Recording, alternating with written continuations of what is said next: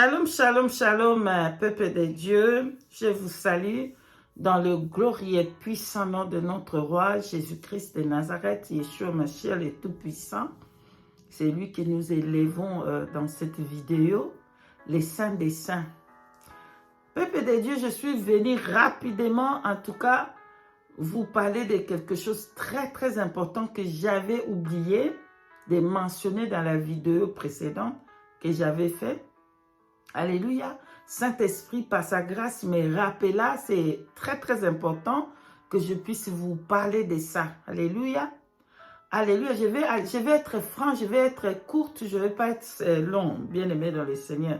Que le Saint-Esprit prenne le contrôle et qu'il me dirige par sa grâce. Alléluia. Peuple de Dieu, ici, je vais vous dire à tous les enfants de Dieu qui donnent les frontes, la tête n'importe comment. Alléluia. Vous qui aimez aller dans des églises et bâtiments et vous donnez vos têtes là n'importe comment, bien-aimés dans le Seigneur, vos étoiles sont volées par l'imposition des mains. Est-ce que le pasteur, le prophète, les quantabishop, les, je ne sais pas moi, révérends, archibishop, tout ça là, alléluia, que vous allez là-bas et qui vous impose les mains dans la tête là, vous connaissez son état d'âme, alléluia. Vous allez dans des églises là, des faux prophètes, il vous impose la main là, il met sa main sur votre front. Est-ce que vous savez qu'est-ce qu'il prend là-bas? Donc j'avais oublié de le mentionner. Il y a les étoiles qui sont volées par l'imposition de mains. Alléluia. Par l'imposition des mains, on vous met la main dans la tête, on vole votre étoile de prospérité, on vole votre étoile de réussite, on vole votre étoile de richesse. Comme ça, vous restez pauvre, tournez à rond. Et lui, il prospère. Et lui, il fait que devenir riche. Pourquoi? À cause de cette imposition des mains, de votre tête que vous l'avez donnée gratuitement. Alléluia. Donc, quand vous allez dans vos églises, bâtiments, l'église là, on ne prêche pas la sanctification. On ne vous montre pas le chemin du ciel. On ne vous montre pas à craindre. On ne vous parle pas de craindre, de fuir les péchés. On ne parle pas de la sanctification dedans et dehors. Bien-aimés dans le Seigneur, on ne vous parle pas de Christ Jésus. Lui seul, le seul chemin qui mène au ciel. Qu'est-ce que tu fais encore dans cette église-là, bâtiment? Tu fais quoi encore là-bas à donner ta tête tous les fois, tu vas dans les pupitres là-bas, tu donnes ta tête, tous les fois, il étouffe, il prend ce qui est à toi et il te donne la malédiction. Bien-aimé dans le Seigneur, un jour, je suis allé en France, à Paris. Je vous parle de 20 ans passés. Là, j'étais encore dans les églises polluées. Alors, on était invités avec le pasteur à l'époque que j'allais dans cette église-là de la Voie large. Et il y avait un prophète, entre guillemets, prophète de Dieu. Le prophète là, il dit que les anges de Dieu viennent l'adorer. Vraiment. Est-ce que peuple de Dieu, vous êtes un sourd ou aveugle pour continuer à aller dans ces églises comme ça, bâtiments? Bien-aimés, qu'est-ce que vous cherchez là-bas? Le prophète là, je crois qu'il s'appelle le prophète Danon, Israël, je ne sais pas, Danon, Israël, ou quoi, quelque chose comme ça. Danon, Israël, ou Israël, Danon, quoi là. Un prophète, il porte des longues soutanes comme ça, longues. Bien-aimé dans le Seigneur. On est allé là-bas, on était invité là-bas, toute l'équipe de Londres, on est allé là-bas dans cette église-là. C'était à Paris, là-bas, Saint-Denis ou quoi là, je ne sais pas. Bien-aimé dans le Seigneur. Le jour que le prophète là m'avait vu, je vous dis la vérité. Il y avait ma cousine qui habite à Bordeaux, elle était avec moi. Et tous les autres, et les pasteurs de Londres et tous les autres. Donc, ils avaient mis le table, chacun, dans une table. Il y avait peut-être 15 personnes dans une table. C'était de grandes tables rondes. Et lui, là-bas, dans les pupitres, il dit que les anges de Dieu, les anges de Dieu que Dieu a créés pour l'adorer lui seul, il dit que les anges là viennent pour l'adorer lui. Mais le peuple de Dieu était en train d'acclamer. Oh, oh, oh, oh, oh, oh. Ils étaient contents. Yes, les anges de Dieu est venu l'adorer. Adorer un homme. Les anges de l'éternel Dieu des armées qu'il a créé pour lui donner à lui seul la gloire. Il va venir t'adorer, toi, un homme. Alléluia. Et le peuple de Dieu était en train d'acclamer. Oui, amen, amen. Ma cousine est là de France parce qu'à l'époque, moi, j'étais encore naïve. Et elle était déjà un peu avancée avec les choses de Dieu. Moi, j'étais encore un peu, un pied dedans, un pied dehors. Elle me dit, hey, cet homme-là, ce n'est pas de Dieu. La façon qu'il s'habille en soutane longue comme des prêtres catholiques. Et il dit que c'est des anges de Dieu qui viennent l'adorer. Ce n'est pas des anges de Dieu qui viennent l'adorer, c'est des démons. Et même les démons, ils ne vont pas adorer un homme, ils vont adorer les diables là-bas, Satan. Amen. Bien-aimé dans le Seigneur. Lui, là, il a laissé les pupitres où il était. Il commence à marcher où on était dans les tables là. Où il y avait une quinzaine de personnes. Et moi, j'étais assise comme ça, au devant comme ça. Et il y a des autres personnes comme ça. Il a passé toutes les tables qui étaient devant là-bas. Il y avait une dizaine de tables qui étaient devant. Il a passé toutes ces tables-là. Il n'a pas fermé pour parler à qui que ce soit. Il regardait tout droit où moi j'étais bien aimé dans le Seigneur. Le prophète là, Danon Israël là-bas. Danon, je crois, Danon Israël, je pense, hein, le prophète. Bien aimé, il a laissé tout le monde pour venir où j'étais. Qu'est-ce qu'il est venu faire où j'étais, bien aimé dans le Seigneur? Je vous dis, bien aimé dans le Seigneur, vous qui négligez le rêve, le Seigneur Dieu dit dans sa parole, dans le livre de Job 33, verset 14, il est écrit que Dieu parle, cependant tantôt d'une manière et d'une autre, mais on ne fait pas attention à ce que Dieu dit. Avant d'aller là-bas, comme d'habitude, le Seigneur me révèle, le Seigneur me parle. Le Seigneur me parle que lui, il est aveugle.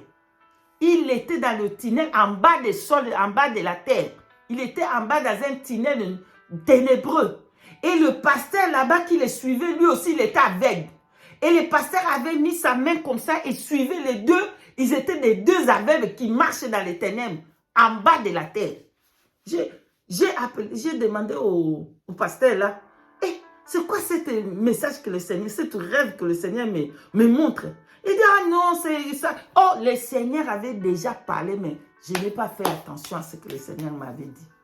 Tu vois comment Dieu est bon, même lorsque on est dans la perdition totale. Mais Dieu nous ramène à la raison. Il nous ramène vers le droit chemin, mais on ne comprend pas. Alléluia. Donc, bien-aimé dans le Seigneur, lui, il est venu à la table où j'étais.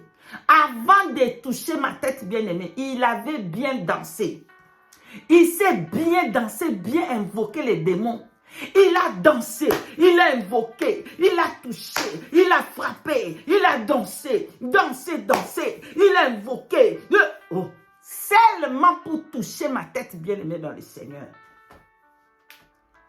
Seulement pour toucher ma tête, il a pris quelques minutes pour invoquer.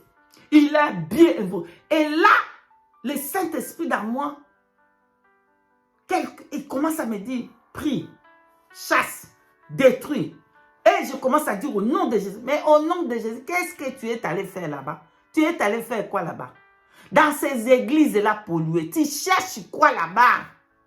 Quand on vous parle de quitter ces églises-là, bâtiments pollués, vous n'écoutez pas. Qu'est-ce que tu es allé à faire là-bas qu'il n'y a pas la vérité? On ne te prêche pas la sainteté.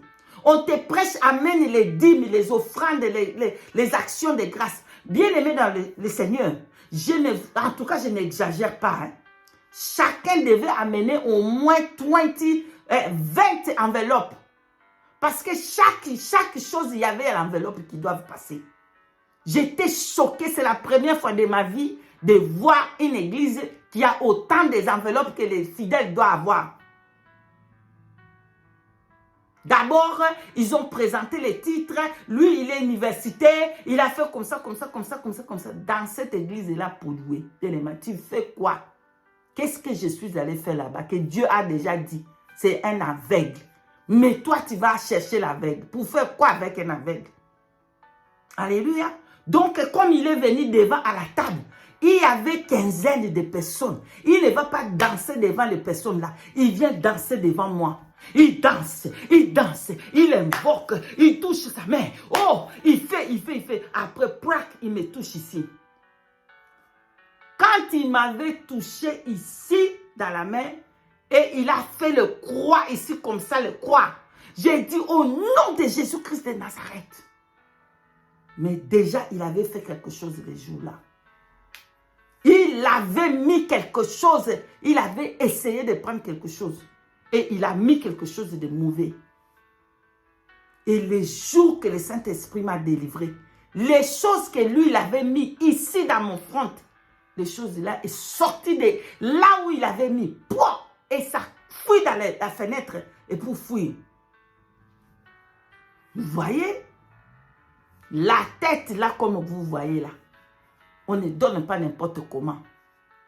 Si tu ne connais pas l'état d'âme de ton pasteur, tu ne connais pas l'état d'âme de ton prophète, ne donne pas la main n'importe comment. La main, le front. C'est très très important, bien aimé dans le Seigneur. Donc les étoiles, le faux prophète, des faux serviteurs de Dieu, ils volent les étoiles, ils volent les bénédictions des enfants de Dieu à partir de leur tête. Donc ne donnez pas vos têtes n'importe comment, c'est fini. Ne donne pas ta tête n'importe comment. Quelqu'un peut toucher ici à côté, toucher ici à côté. Le jour de ma consécration, le pasteur RT soit béni où vous êtes, que le Seigneur vous bénisse. Le pasteur RT, c'est un pasteur qui est très très humble. Le jour qu'il m'a consacré, selon le Saint-Esprit, comment il avait voulu. Ce n'est pas moi que j'ai dit, ce n'est pas lui qui l'a dit, hein? C'est le Saint-Esprit. Il n'a pas touché ma tête là, il n'a pas touché ça. Il a touché de le côté et de le côté. Parce que ma tête, il a plus jamais, après ce jour-là, plus personne n'a le droit de toucher ma tête. Personne. À moins que le Saint-Esprit me dise, bon, laisse-lui toucher. Alors, il va toucher. Même le pasteur n'a pas touché ma tête, hein, n'a pas touché. Il a touché ici et de l'autre côté. Il a versé de l'huile comme le Saint-Esprit l'avait dit de faire. Mais vous là, vous donnez, vous allez dans Quanta Bishop, Mada Bishop, parce que ce n'est pas suffisant d'être seulement simple apôtre. Ce n'est pas suffisant. Les apôtres de Jésus-Christ, les disciples, ils étaient disciples, ils sont morts disciples, apôtres. Ils n'ont pas changé, essayé de devenir quelqu'un d'autre. Non. Si tu es pasteur, reste pasteur. Pourquoi tu cherches de devenir prophète? Bien aimé, qu'est-ce qui se passe maintenant aujourd'hui dans les églises, hein? Tu vas voir une personne, il était évangéliste parce que selon les hommes, hein, évangéliste c'est en bas. Oh, l'évangéliste, quoi? Vous jouez avec l'évangéliste? Hein? L'évangéliste qui va dehors, dans la pluie, qui gagne des âmes pour Yeshua Mashiach. Et toi, tu es pasteur tu es assise dans ton chaise, dans ton église là-bas. Hein? Tu attends que les fidèles viennent dans ton église. Mais l'évangéliste est dehors, en train de gagner des âmes pour Yeshua Mashiach. Travailler dans la pluie, travailler dans le soleil. C'est ça ce que Jésus lui-même, le Seigneur, il faisait. Il évangélisait. Il évangélisait. Il allait de pays en pays, de place en place. Il prêchait, il prêchait, il prêchait. Il allait là-bas, il prêchait. Il allait de l'autre côté, il prêchait. C'est ça le rôle de l'évangéliste. Mais si tu es évangéliste, ce n'est pas suffisant. Après, les pasteurs, il va te monter les grades. Tu montes les grades dès l'évangéliste, tu vas pasteur, et puis pasteur, peut-être apôtre, évangéliste et apôtre, après tu vas pasteur, et puis on te nomme prophète. On ne nomme pas prophète. Je ne suis pas prophétesse de moi-même, je me suis réveillée, je dis je suis prophétesse. Non, c'est Dieu qui m'a appelée prophétesse. Vous comprenez? Ce n'est pas moi que je me suis réveillée moi-même. Je dis, oh, je suis prophétesse. Oh, prophétesse appelle. Non, c'est Dieu qui m'a appelée ma prophétesse. Et il a appelé aussi le père Abraham. Il dit, va là-bas, le prophète Abraham va prier pour toi. Ce n'est pas Abraham qui s'est appelé lui-même prophète, c'est Dieu qui l'avait appelé prophète. Et ce n'est pas moi qui m'a appelé moi-même prophétesse, c'est Dieu qui m'a appelé prophétesse. Vous comprenez? Mais ce n'est pas l'importance que tu m'appelles sœur Cathy, que tu m'appelles prophétesse Cathy, que tu m'as sentinelle. Oh, sœur Cathy, il n'y a pas de problème. Il n'y a pas de problème. Mais moi, je suis une prophétesse, mais je ne suis pas là pour vous obliger. Vous devez m'appeler prophétesse, prophétesse. Si on t'appelle sœur Cathy, tu te fâches là. Non. Alléluia. Arrêtez de donner vos têtes là n'importe comment. Voilà ce que je voulais vraiment marteler là-dessus. Les étoiles sont volées par des faux pasteurs, des faux prophètes qui vous imposent la main dans la tête là et ils volent vos étoiles. Comme ça, vous restez pauvres et ils continuent à prospérer. Parce qu'ils ont déjà volé toute votre prospérité. Ils ont déjà volé toute votre richesse en imposant la main sur votre tête. Et c'est comme ça qu'eux, ils vont devenir riches de plus en plus. Et vous allez devenir pauvres de plus en plus. Voilà, très très important que je voulais partager. Soyez bénis, bénis. Et si Saint-Esprit nous fait encore grâce, nous allons revenir pour parler de sa part. Soyez bénis, shalom, shalom, et merci d'avoir suivi. Shalom.